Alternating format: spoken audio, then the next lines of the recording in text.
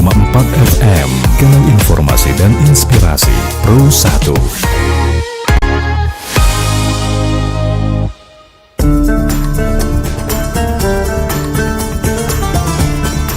Untuk menambah hazanah wawasan Anda dalam agama Islam, segera Anda ikuti Mutiara Pagi.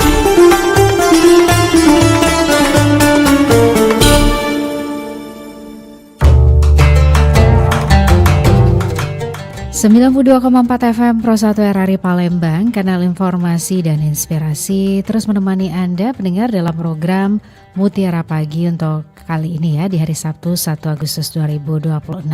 Saya Esi dan juga rekan Agus yang bertugas mengucapkan salam jumpa dan selamat mengikuti. Pendengar, tentunya di program Mutiara Pagi ini kami mengajak Anda untuk bisa menambah ilmu, memperkuat iman dan juga mengamalkan ajaran Islam dalam kehidupan sehari-hari. Nah, pendengar, tema yang kami hadirkan di kesempatan pagi hari ini mengenai hidup sejahtera dengan syariat Islam. Seperti yang kita ketahui, syariat Islam ini bukanlah sekedar aturan ibadah, tetapi merupakan pedoman hidup yang mengatur hubungan manusia dengan Allah, sesama manusia, dan alam sekitarnya. Seperti apa informasi selengkapnya? Kami akan perbincangkan ya bersama dengan narasumber kami, ada Ustadz Mahmud Jamhur yang merupakan Mudir Rumah Tahfiz RKMM Palembang. Saat ini sudah tersambung via telepon, langsung saja isi sapa. Assalamualaikum Ustadz. Waalaikumsalam warahmatullahi wabarakatuh. Kabarnya gimana Ustadz? Alhamdulillah sehat. Terima kasih untuk waktunya Ustadz ya. Alhamdulillah sehat juga Ustadz. Baik Ustadz, seperti biasa tentunya melalui program Mutiara Pagi yang kami tampilkan via kanal YouTube Pro 1 RRI Palembang juga bisa didengarkan di RRI Digital, di Play Store dan juga App Store. Nanti kita juga undang peran serta pendengar untuk bergabung di line telepon 0711369977 atau juga bisa melalui WA di 0821 79279090. Nah, sebelum kita berikan kesempatan pendengar bergabung, berkenan tentunya Ustadz menyampaikan pengantar dari materi kita di pagi hari ini. Silahkan Ustadz. Ya, bismillahirrahmanirrahim. Assalamualaikum warahmatullahi wabarakatuh. Alhamdulillah.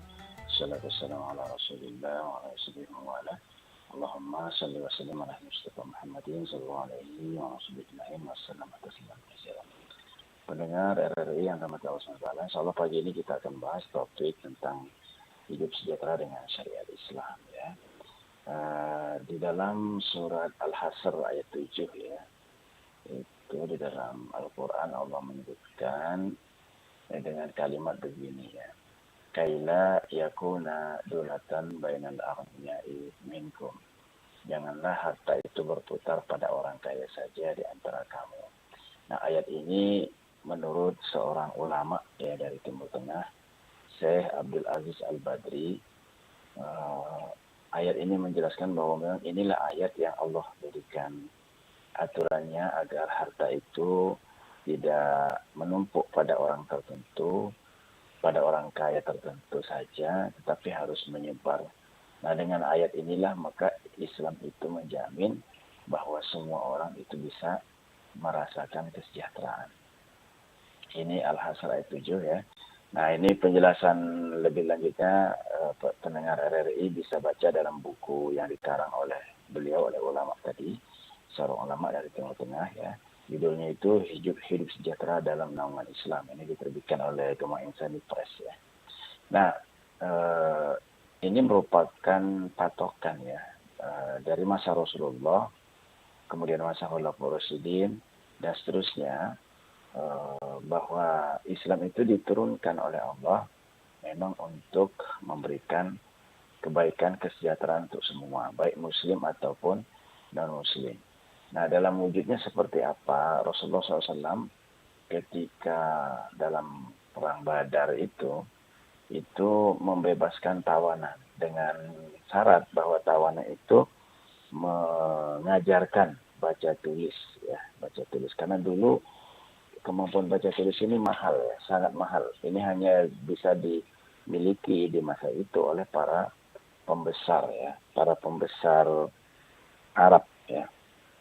Nah, tapi Rasulullah membebaskan mereka tanpa tebusan ya. Asal dia menebus dirinya dengan mengajarkan membaca dan menulis.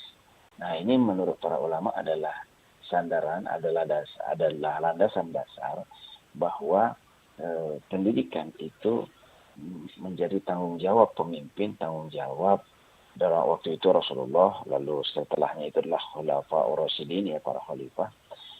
Jaminan pemimpin itu harus memberikan pendidikan itu secara gratis, ya, kepada rakyat. Nah, makanya Rasulullah kemudian membebaskan tawanan perang itu dengan tanpa bayar, ya, dengan tanpa bayar tebusan. Cuma bayarnya adalah mengajarkan baca dan tulis, ya. Waktu itu sekali lagi baca tulis itu masih sangat langka, ya. Nah, artinya pendidikan secara luas itu memang adalah tanggung jawab pemimpin negara, tanggung jawab kalau dalam organisasi itu berarti organisasi itu harus menjadikan anggota organisasinya itu cerdas, ya. Nah, menjamin pendidikan itu gratis. Makanya di dalam buku tadi itu, dalam buku Sejahtera dalam Naungan Islam, Syekh Abdul Aziz Al-Badri mengutip sebuah asar, ya, sebuah hadis bahwa pemimpin itu ada itu untuk menjamin kesejahteraan rakyatnya, ya. Maka di dalam Islam pemimpin itu, kata Rasulullah, harus menjamin terpenuhinya kebutuhan pokok rakyatnya, ya, yaitu sandang, pangan, papan, pendidikan, kesehatan, dan keamanan. Di masa Rasulullah juga Rasulullah itu mendapat hadiah, ya, seorang tabib. Tapi tabib ini tidak dipakai sendiri oleh Rasulullah, tapi disuruh untuk melayani masyarakat. Ini belum pernah terjadi di masa sebelumnya. Di masa lalu dalam sejarah kebangsaan apapun, peradaban apapun, kalau hadiah untuk pemimpin, untuk raja, ya, untuk kaisar, itu hanya untuk diri dan keluarganya. Tapi ketika Rasulullah itu diberi hadiah tabib, ya. Ya, dulu kan orang antar negara itu hadiahnya orang, ya, hadiahnya itu anak raja, ya, hadiahnya itu putri raja yang cantik, gitu, ya. Lalu dimiliki oleh raja itu. Nah, tapi Rasulullah tidak menggunakannya untuk dirinya sendiri. Tapi tabib itu digunakan untuk mengobati rakyat secara gratis. Nah, maka di dalam buku itu Syekh Abdul Aziz Al-Badri menjelaskan bahwa pemimpin itu ada untuk menjamin tersedianya pangan, ya, sandang, pangan, papan, pendidikan, kesehatan, dan keamanan. Nah, itulah wujud sejahtera physically, ya, wujud sejahtera secara fisik. Sehingga bagaimana kebijakan itu dilanjutkan oleh para khalifah setelahnya, misalnya di masa Umar, ya, gaji guru itu 15 dinar. Padahal guru itu nggak berat, ya, kerjaannya di masa itu, ya. Itu tadi mengajarkan baca tulis, ya, baca tulis Al-Quran, baca tulis huruf Arab lah, gitu, ya. Gajinya 15 dinar. Sekarang tuh setara 15 juta, ya. 1 dinar itu 4 gram seperempat, ya. 1 gram hari ini emas, ya, 1 gram emas hampir 3 juta. Jadi 3 kali 4, 12 sekian. Ya, sekitar 4 gram seperempat tadi, ya, kali 15, ya. Jadi sekitar 15 jutaan, ya, gaji guru, ya. Sekarang, bukan 15, 150 juta, ya, 150 juta. Gaji guru per bulan, ya. Ya, jadi kita bisa bayangkan kesejahteraan itu memang real. Jadi Islam itu memang diturunkan Allah untuk mengatur selain ibadah, ya. Kalau ibadah kita insya Allah udah paham, ya, syahadat, sholat, zakat, puasa, haji, wirid, zikir, doa, itu tentu adalah cara Allah menjaga agar umat, agar manusia ini selalu terhubung dengan Allah dalam aspek ibadah. Nah, tapi Islam bukan hanya memberikan aturan ibadah, tapi juga memberikan pengaturan ekonomi, ya. Nah, lebih jauh nanti pendengar RRI bisa mengeksplor tentang pendidikan, tentang sistem ekonomi Islam ini. Ada satu buku yang menurut saya fenomenal di abad ini, ya, yaitu buku yang ditulis oleh seorang ulama dari Timur Tengah. Judulnya itu, judul terjemahnya itu Sistem Ekonomi Islam. Nah, itu dikarang oleh Syekh Taqiyuddin An-Nabhani rahimahullah, ya. Beliau Dulu adalah alumni Al-Azhar ya. Kemudian beliau menjadi hakim agung di Palestina ya tahun 1940-an ya. Nah, di buku itu beliau jelaskan bagaimana Rasulullah itu memberikan pengaturan agar rakyat itu sejahtera ya. Nah, jadi dalam aspek Al-Qur'annya, dalam aspek hadisnya, dalam aspek apa yang dilakukan oleh para sahabat ya. Nah, itulah yang bisa mewujudkan ternyata memang Islam itu memberikan kesejahteraan ya. Kita bisa bayangkan kalau misalnya pendidikan gratis, kesehatan gratis, keamanan dijamin, lalu kebutuhan pokok itu juga dijamin ketersediaannya, orang-orang dengan keilmuannya itu mereka punya skill ya, punya keahlian, maka memang dalam sejarah tidak dicatat, tidak ada catatan bahwa terjadi misalnya ketimpangan kemiskinan, tidak terjadi. Tidak terjadi ketimpangan yang luar biasa. Kalau hari ini kita bisa lihat ya, ada orang yang sangat kaya ya dengan kekayaannya hampir 800 triliun, tapi lebih dari 50 juta rakyat yang sengsara ya, bahkan hidup saja susah gitu ya. Nah, ini artinya memang di dalam Islam ya, selain menjaga ibadah tadi, menjaga pengaturan hubungan dengan sesama manusia dalam ekonomi, dalam politik, dalam sosial, dalam budaya, dalam hukum. Maka dengan penerapan sistem ekonomi Islam itu tidak ada penjajahan ekonomi, tidak ada penjajahan finansial. Kalau hari ini orang yang sangat kaya menjadi super kaya, orang yang sangat miskin menjadi sangat super miskin. Padahal dalam Al-Hasr ayat 7 tadi Allah mengatakan jangan harta berputar pada orang kaya saja di antara kamu. Tapi itu harus disebarkan secara merata. Dan inilah tugas pemimpin. Nah, saya kira ini sebagai pengantar ya Mbak Isi. Mungkin nanti kita bisa perdalam dalam diskusi ya. Baik, terima kasih Ustadz untuk pengantarnya di pagi hari ini. Pendengar Anda yang ingin ikut bergabung, silakan ya, kami tunggu peran sertanya melalui line telepon di 0711369977. Assalamualaikum Mutiara Pagi. Waalaikumsalam warahmatullahi wabarakatuh. Iya, dengan Bapak siapa di mana? Sukiman Ahmad, Pasar Kuto ya. Baik, silakan Pak Sukiman Ahmad. Pak Ustaz, Assalamualaikum. Ya. Waalaikumsalam warahmatullahi wabarakatuh. Alhamdulillah.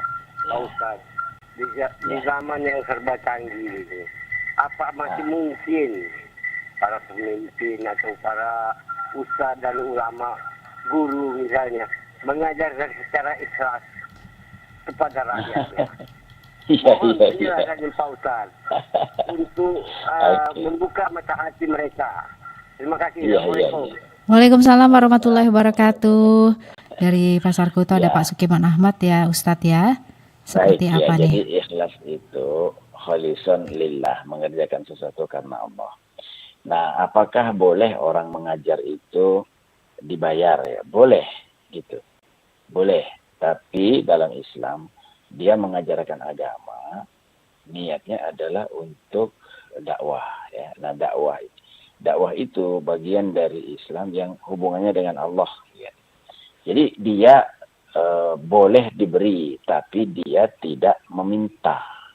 Nah, itulah namanya ikhlas. Jadi kalau dia meminta dan ketika tidak dikasih dia ngedumel, ya dia marah, dia kesel, aku udah galak datang lagi, aku udah galak ngisi lagi pengajian di sini, nah berarti dia tidak ikhlas. Tapi kalau dia datang, dikasih amplop, alhamdulillah, nggak dikasih nggak apa-apa, nah itu dia ikhlas gitu. Nah, pertanyaannya apakah masih ada orang yang demikian? Insya Allah masih ada, cuma tidak banyak ya. Kebanyakannya ya mohon maaf lah, kita maklum lah, bahkan ada ustadz yang menetapkan tarif kan gitu ya. Oh, saya boleh ke sana, tapi saya harus dibayar sekian. Saya diundang, ya saya harus dijemput. Saya kalau dari luar kota, saya dijemput, nanti saya naik pesawat, saya mobilnya harus Alphard ya dari bandaranya. Nah, yang kayak gini, ini nggak ikhlas dia. Gitu ya. Tapi apakah yang jenis pertama tadi, orang yang dia tidak minta, ya, tapi kalau dikasih ya alhamdulillah masih ada, cuma tidak banyak ya. Nah, mudah-mudahan teman-teman para asatidz ulama ya, para tuan guru ya mendengar ya. Jadi kalau dakwah itu memang seperti Rasulullah dan para sahabat, mereka tidak minta bayaran. Gitu. Menyampaikan Islam itu tidak minta bayaran. Tapi kalau misalnya dikasih ya boleh saja diterima. Begitu Pak ya. Ya. Baik, kita lanjut ke penelpon kedua ya Ustadznya. Assalamualaikum, Mutiara Pagi. Selamat pagi Mbak Esis. Selamat pagi Pak Zari di Sekayu ya. Ya. Silakan Pak pertanyaannya. Assalamualaikum Pak Ustaz. Ya, waalaikumsalam. Ini Pak saya mau tanyakan, apakah Pak Ustaz kunci atau konsep untuk mencapai kesejahteraan itu? Ya. Baik. Baik. Terima kasih Pak Zari. Silakan Ustadz. Baik, jadi yang pertama tentunya kesejahteraan itu secara psikis ya, secara kejiwaan adalah kita harus punya bekal iman dan takwa. Karena kalau hanya sejahtera secara materi tapi tidak punya iman dan takwa, sebenarnya kesejahteraannya palsu, ya kan? Tidak kurang hari ini orang yang tadi itu saya sebut ya, ada yang kekayaannya 850 triliun, ada yang kekayaannya itu 450 triliun ya. Tapi apa yang dia lakukan? Itu hanya memenuhi syahwat saja. Hanya kesana kemari kuliner, hanya kesana kemari flexing ya, pamer ya. Kesana kemari hanya memperbesar aset perusahaannya saja, tidak mikirkan karyawannya gitu ya. Apakah ada seperti itu? Ya saya pernah ketemu dan ngisi pengajian di satu tempat ya, perusahaannya sangat besar ya, 10 besar Indonesia ini, 10 besar terbesar di Indonesia. Tapi para karyawannya ngeluh ya, gajinya itu ya pas-pasan saja UMR gitu kan. Padahal perusahaan ini internasional ya. Nah ini kan contoh berarti tidak cukup hanya dengan sejahtera secara materi saja ya. Jadi hal pertama yang harus dimiliki itu adalah kesejahteraan secara psikis, secara kejiwaan. Nah itulah modalnya takwa, iman dan amal soleh. Itu satu.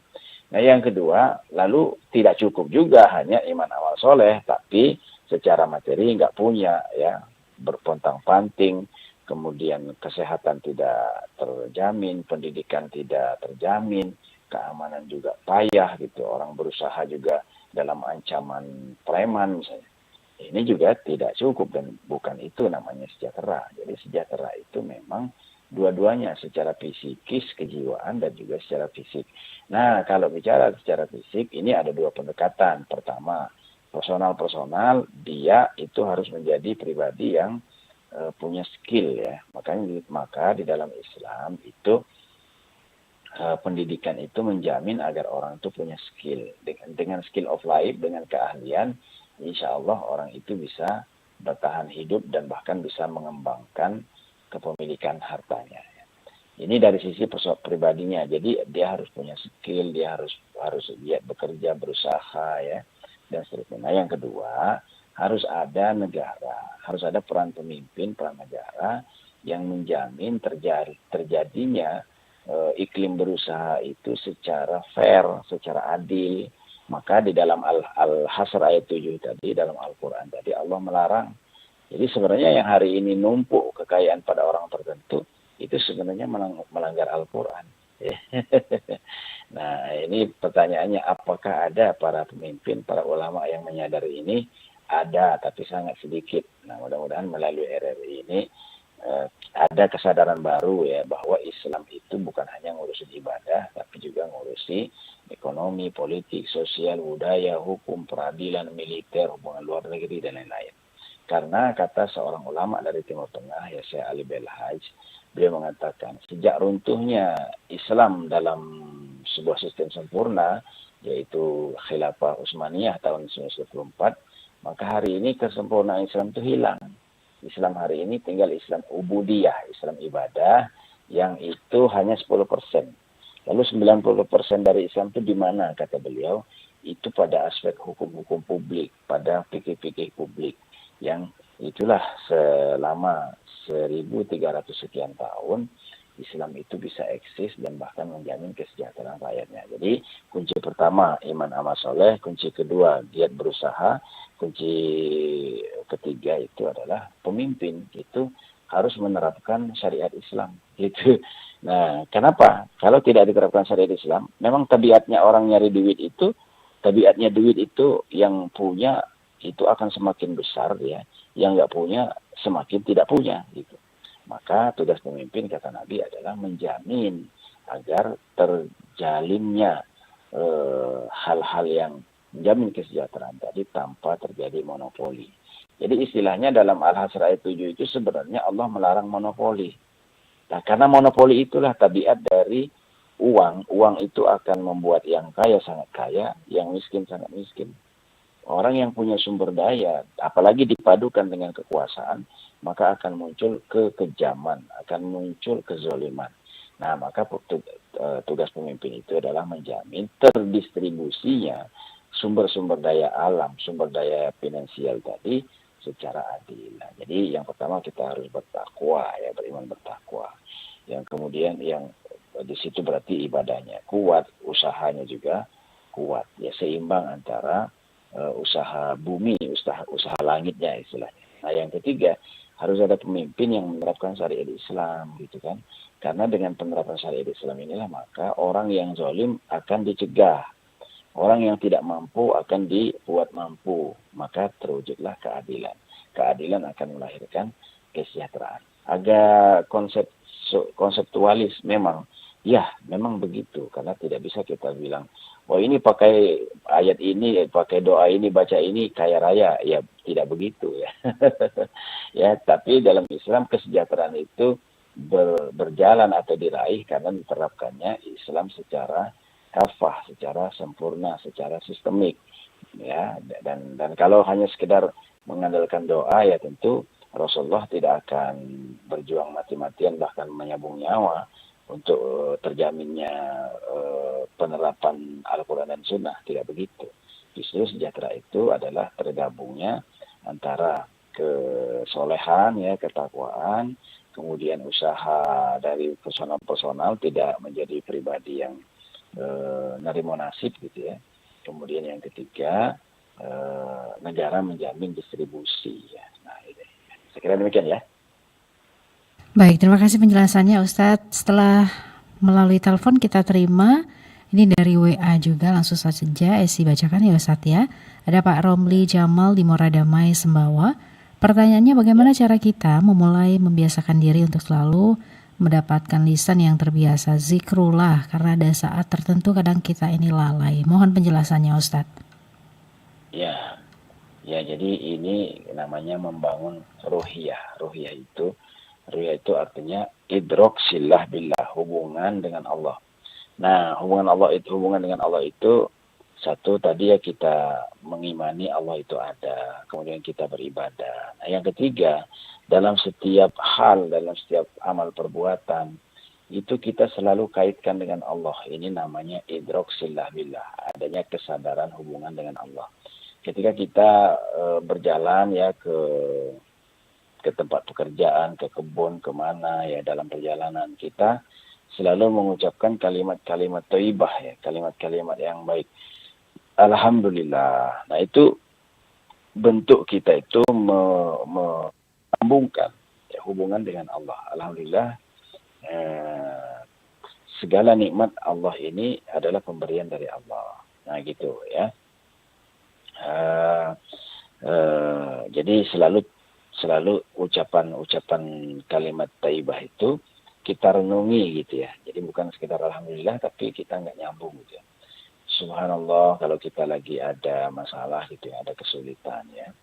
Maha suci Allah, sedangkan kita ini tidak suci, kita ini lemah ya. Masya Allah ya. Jadi ketika kita melihat sesuatu yang agung luar biasa, ini ciptaannya saja begini hebat, apalagi Allah sang penciptanya. Ya kan? Jadi subhanallah, alhamdulillah, Allahu akbar, la ilaha illallah, itu semua ucapan-ucapan kalimat yang baik itu kita renungi faktanya gitu ya. Nah, itu namanya idrok silah billah, kesadaran hubungan dengan Allah. Itulah namanya ruhiyah. Jadi istilah ruhiyah itu ada ruh itu bisa maknanya nyawa, ruh itu bisa maknanya Jibril. Nah, ruh yang ketiga maknanya spiritual. Spiritual itu apa? Yaitu kesadaran hubungan dengan Allah. Kita selalu mengucap yang baik-baik itu dikaitkan dengan Allah. Ketika kita mengucapkan Alhamdulillah itu, kita memang betul-betul berterima kasih kepada Allah, itu bersyukur gitu. Kita mengalami kesulitan ya. Subhanallah, Allah Maha Suci. Nah, itu kita hubungkan, kita ini tidak suci. Masya Allah, Allah itu Maha Agung, Maha Hebat, Maha Kuat ya. Itu ketika kita melihat ciptaan-ciptaannya, ketika kita menyaksikan fenomena, nah itu namanya membangun kesadaran ya. Jadi kesadaran dengan Allah itu harus diciptakan, harus dikaitkan dalam otak kita, dalam hati kita, tidak muncul tiba-tiba. Nah, seperti itulah caranya, jadi selalu dikaitkan dengan Allah ya. Begitu ya. Ya baik, terima kasih pengantarnya Ustadz. Kita lanjut lagi dengan penelpon berikutnya ya. Assalamualaikum. Waalaikumsalam. Dengan Pak Yana. Pak Yana di Jumlah ini Muara Enim. Silakan Pak Yana. yang saya tanyakan, ya kalau di dunia ini kan rupiah ya kan. Nah, kalau di akhirat gimana bacaan duitnya? Nah itu aja Pak. Bacaan? Assalamualaikum. Bacaan wirid ya, Pak Yana ya. Ya. Oh, bacaan wirid. Iya, Pak Yana. Oke. Iya Ustaz. Ya, mudah-mudahan kita bisa nangkap maksudnya ya. Jadi kalimat-kalimat lafzul jalalah, kalimat-kalimat yang baik ya. La ilaha illallah, subhanallah, alhamdulillah, Allahu akbar, la haula wala quwata illa billahil aliyil azim, dan seterusnya ya. Itu insya Allah tetap akan kita baca nanti di akhirat ya. Kalau itu ya akan begitu, dan nanti satu bahasa nanti ya di akhirat itu, yaitu bahasa Arab, bahasa Al-Qur'an. Jadi bahasa Arab itu bahasa dunia, bahasa Al-Qur'an, bahasa hadis, bahasa fikih ya. Lalu nanti di akhirat itu adalah bahasa surga. Jadi yang nanti masuk surga akan otomatis bisa bahasa Arab. Gitu ya. Walaupun hari ini di dunia kita belum ya. Nah, cuma kan kualitas ibadah amal soleh kita kalau tidak ditopang oleh ilmu, itu tentu agak repot ya. Dan ilmu itu dalam Islam itu memang sumbernya bahasa Arab ya gitu. Jadi apakah kalimat-kalimatnya itu seperti apa? Kalimat thayyibah itu insya Allah seperti yang kita sebut di dunia ini. Nah begitu ya. Baik, kami masih menantikan atensi Anda pendengar yang ingin ikut bergabung. Silahkan ya, bisa melalui line telepon di 0711369977. Assalamualaikum, Mutiara Pagi. Waalaikumsalam warahmatullahi wabarakatuh. Mbak Esi, Mutiara Pagi. Mutiara Pagi, terima kasih. Ibu Tri ini ya? Iya betul Mbak Ibu Esi. Tri di Merauke. Gimana kabarnya Merauke di Sabtu ini? Hari ini kelihatannya panas Mbak Esi. Panas tapi ya. Cuacanya dingin. Dingin. Matahari terbuka tapi cuacanya dingin. Oke, baik. Iya. Terima kasih Bu Tri sudah bergabung. Silakan pertanyaannya. Iya, saya menyapa dulu ya untuk Pak Ustadz. Assalamualaikum warahmatullahi wabarakatuh. Ustadz Mahmud. Waalaikumsalam warahmatullahi wabarakatuh. Iya, jumpa lagi Pak Ustadz. Iya, alhamdulillah. Sehat ya? Oke. Sehat, alhamdulillah. Ini temanya hidup sejahtera dalam syariat Islam. Ya. Ada pertanyaan dari Pak Ustadz yang saya belum mengetahui, yaitu kondisi tercapainya keseimbangan dan terpenuhinya kebutuhan hidup manusia secara material dan mencakup spiritual, kebahagiaan di dunia maupun di akhirat. Bagaimana dalam Islam dan Al-Quran? Wassalamualaikum warahmatullahi wabarakatuh. Waalaikumsalam warahmatullahi wabarakatuh. Silakan Ustadz, pertanyaan dari Ibu Utri ya yang ada di Merauke. Iya. Jadi bagaimananya tadi sudah kita jelaskan ya. Cuma ini kita perlu ulangi lagi ya. Jadi sejahtera dalam Islam itu keseimbangan, tercapainya keseimbangan antara terpenuhinya kebutuhan psikis kejiwaan dengan kebutuhan fisik materi ya. Jadi sejahtera itu secara psikis kejiwaan orang itu mengenal Tuhannya, dia beriman, dia beribadah ya.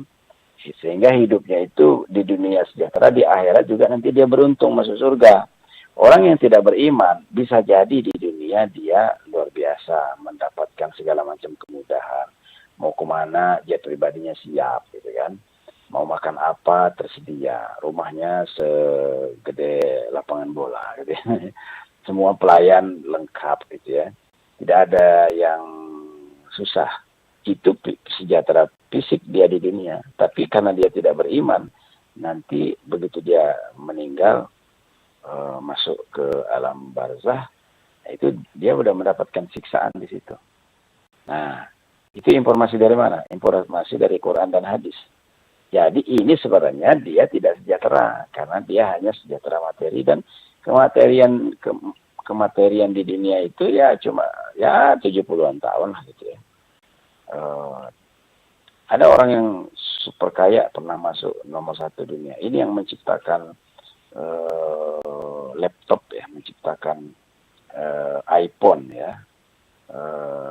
Itu di akhir hayatnya dia bilang, ternyata semua yang saya nikmati, semua yang saya punya, kekayaan yang saya luar biasa, itu bahkan tidak bisa menolongku ketika aku sakit gitu. Ya. Nah, itu kan berarti dia sudah ngerti ya bahwa memang kesejahteraan itu mesti seimbang antara fisik dan materi gitu ya.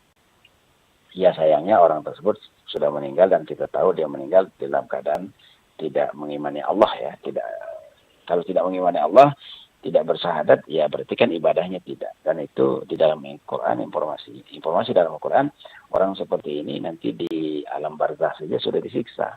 Apalagi di akhirat betulan ya. Nah, itu masuk neraka gitu. Itu informasi dari Quran loh ya, bukan dari saya ya. Jadi memang harus seimbang ya. Jadi modal pertama itu beriman, lalu beribadah ya. Baik ibadah vertikal kepada Allah langsung, atau ibadah horizontal dalam bentuk adab-adab kepada sesama manusia, saling tolong menolong ya, akhlak yang baik dan seterusnya. Itu ya. Jadi modal pertama. Nah, tapi tidak cukup hanya itu saja, tapi juga kan harus memenuhi kebutuhan-kebutuhan di dunia, maka harus punya skill gitu, punya keahlian. Yang dengan keahlian itu dia bisa memenuhi kebutuhan-kebutuhan hidupnya. Gitu kan? Nah, termasuk di dalamnya adalah dia harus rajin, harus kuat, harus sabar, harus cerdas gitu dalam berusaha ya, sehingga secara material terpenuhi sadang pangan papannya, kesehatannya, keamanannya ya, fasilitas hidupnya gitu ya. Nah, yang ketiga, ini harus ada pengatur ya, harus ada regulator yang mengatur agar kekayaan alam itu tersebar merata ke seluruh manusia. Nah, makanya di dalam Islam tugas pemimpin itu, tugas khalifah, tugas para pemimpin itu adalah menjamin diterapkannya syariat Islam, karena kunci ketiga ini tidak harus diterapkan syariat Islam. Hari ini kan tidak, atau hari ini belum, atau hari ini zamannya memang zaman tidak, tapi dulu pernah, yaitu selama 1342 tahun syariat Islam itu pernah diterapkan sempurna.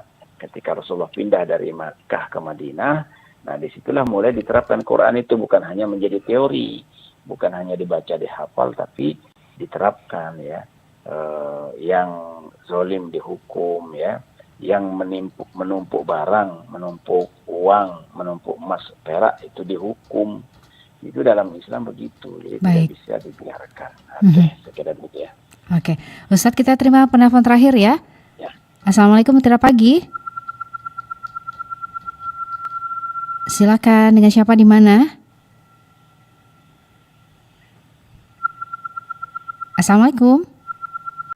Ya, mungkin sudah ini ya. Iya, mengalami sedikit gangguan. Silakan untuk Anda pendengar yang bergabung. Ini penelpon terakhir ya di Mutiara Pagi untuk pagi hari ini. Assalamualaikum, Mutiara Pagi. Waalaikumsalam. Ya, dengan dengan Pak Adi di Sukarami. Pak Adi Sukarame. Pak Adi boleh monitor radionya dikecilkan sedikit biar tidak feedback, Pak. Iya, baik. Oke, Pak Adi di Sukarame. Iya, baik. Silakan Pak Adi. Ya, Assalamualaikum Pak Ustadz. Waalaikumsalam warahmatullahi wabarakatuh. Ini Pak Ustadz masalah ekonomi ini kan syariah Pak Ustadz ya. Ekonomi Islam Pak Ustadz. Nah, di zaman sekarang Pak Ustadz banyak yang para pelaku ini kan Pak Ustadz susah melihat orang senang dan senang melihat orang susah. Ada ya, begitu Ustadz ya. Ya, bagaimana Pak Ustadz dalam ekonomi syariah, ekonomi Islam ini? Apakah itu berdosa atau tidak Pak Ustadz yang ini ya? Yang Baik. para pelakunya Pak Ustadz. Ya itu saja Pak Ustadz, mohon pencerahannya. Terima kasih Mbak Esi. Terima kasih. Ya, Assalamualaikum warahmatullahi wabarakatuh. Waalaikumsalam warahmatullahi wabarakatuh.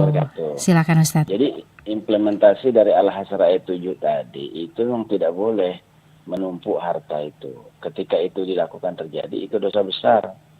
Maka di dalam beberapa ayat ya, di dalam surat Taubah ayat 35 ya kalau tidak salah itu ya. 21 atau 35 nanti silakan dicek ya. Jadi Allah mengancam para orang-orang yang menumpuk harta itu ya. Menumpuk harta, menumpuk emas, menumpuk perak itu ya. Jadi Allah mengancam bahwa orang-orang yang tidak mau bayar zakat, ya kan? Maka sampaikan kabar gembira untuk mereka bahwa nanti harta yang mereka kumpulkan itu akan dijadikan cair dan disiramkan ke punggung mereka. Kita tahu emas itu mencair di suhu 400 derajat ke atas.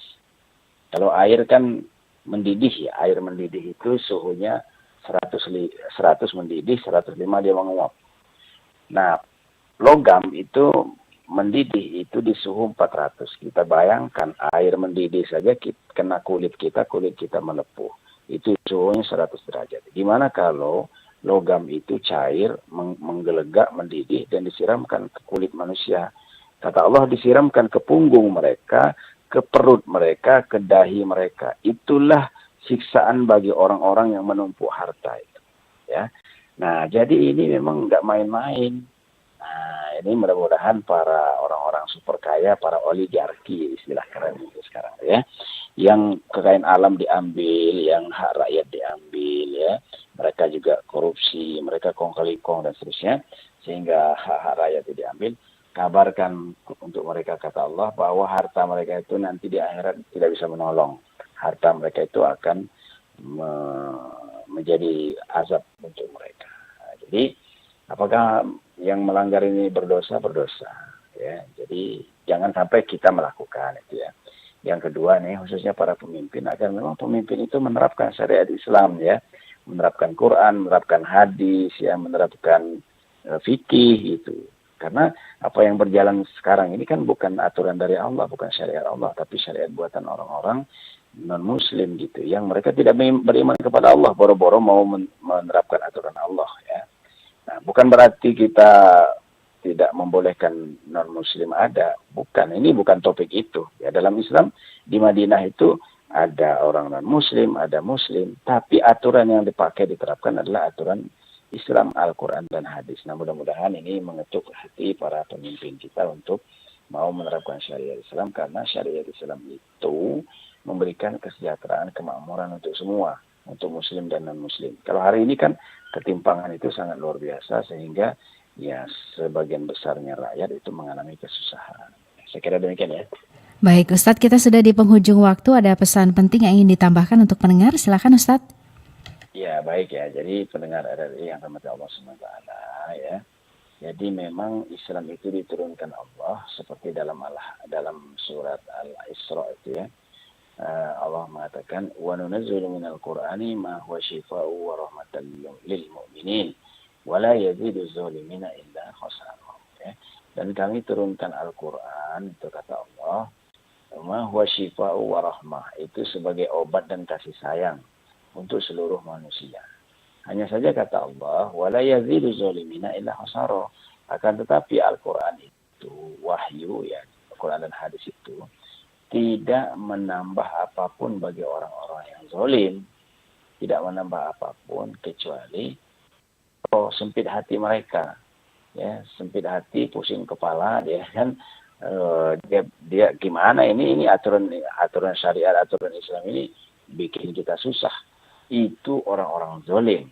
Nah, tapi orang beriman ketika mendengar ayat Allah, tergerak hati mereka, ya, tergetar hati mereka, ya.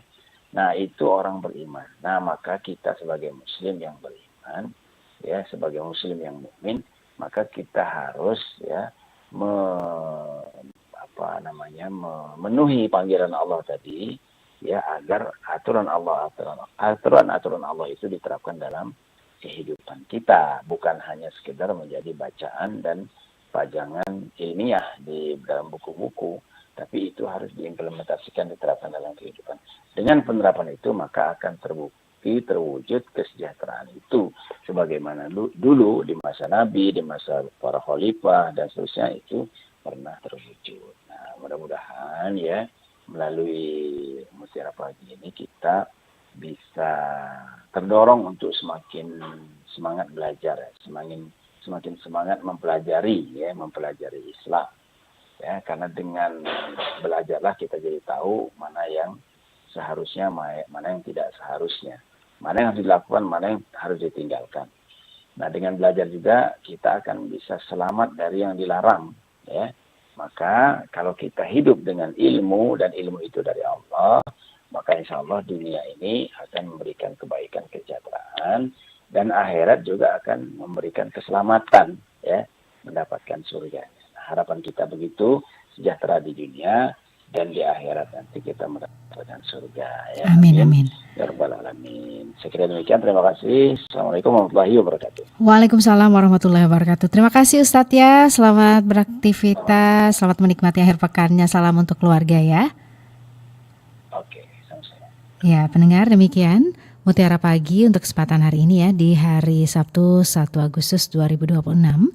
Tadi kita sudah bersama dengan Ustadz Mahmud Jamhur yang merupakan Mudir Rumah Tahfiz RKMM Palembang. Semoga apa yang sudah kita simak bersama ini menjadi ilmu yang bermanfaat, menambah keimanan serta menguatkan tekad kita untuk menjadikan syariat Islam ini sebagai pedoman dalam setiap aspek kehidupan. Demikian Mutiara Pagi untuk hari ini. Saya Esi juga rekan Agus mengucapkan terima kasih untuk minat dengar Anda. Tetap terus bersama kami pendengar. Nanti tepat pada pukul 6 kami juga akan menghadirkan warta berita yang telah dihimpun tim redaksi RRI Palembang.